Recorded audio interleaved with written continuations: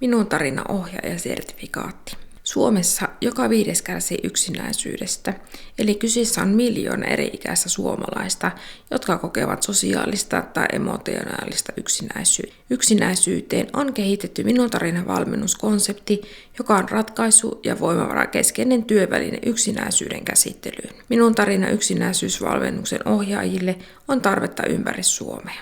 Minun tarina -sertifioitu ohjaajakoulutus järjestetään 2 päivän koulutuksena, jossa käydään läpi Minun tarina-valmennuksen 6 askelta, harjoitellaan ryhmän ohjaamista ratkaisu- ja voimavarakeskeisesti. Koulutus toteutetaan Kuopiossa. Koulutus on suunnattu sinulle yrittäjä, joka omaa sosiaali- ja terveydenhuollon tutkinnon, ratkaisukeskeisen lyhytterapeutin täydennyskoulutuksen ja sinulla on työkokemusta ryhmien pitämisestä. Kouluttajana toimii Minun tarina-valmennuksen kehittäjä, ratkaisukeskeinen psykoterapeutti Marjo Hirvonen Formaatio Oy:stä. Minun tarina ohjaaja-sertifikaattikoulutuksen lisätietoja ilmoittautuminen sähköpostitse info@formaatio.com.